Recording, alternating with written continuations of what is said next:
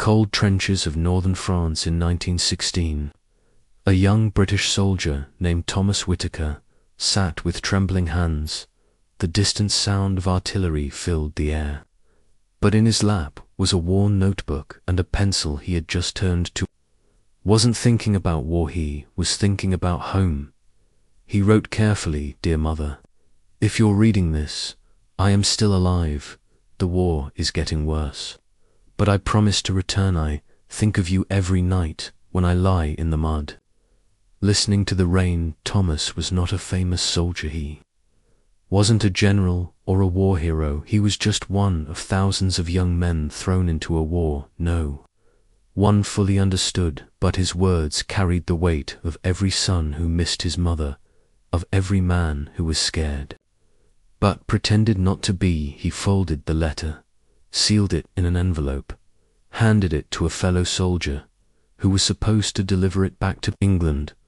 But the soldier was killed hours later, and the letter somehow disappeared from the world. Thomas died 3 days after writing it. No funeral, no grave with his name, only a telegram that reached his mother weeks later. "Regret to inform you, your son has been killed in action." His mother, Eleanor, kept hoping it was a mistake.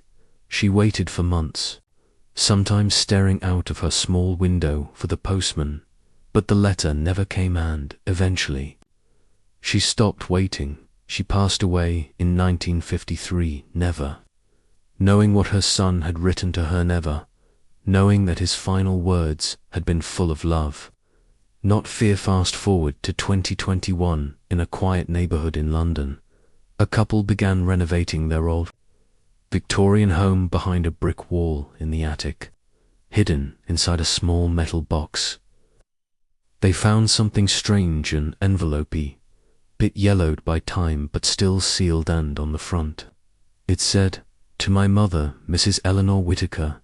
They were stunned. They opened it gently, and inside was Thomas's letter, written in faded ink, over 100 years old. The story made it to the news. Historians verified the paper, the ink, the handwriting. It was relay message, lost in Tima letter from the grave. The letter was handed to the local museum, where it was placed on display under glass, and for the first time, people read the words of a young man who had vanished into history.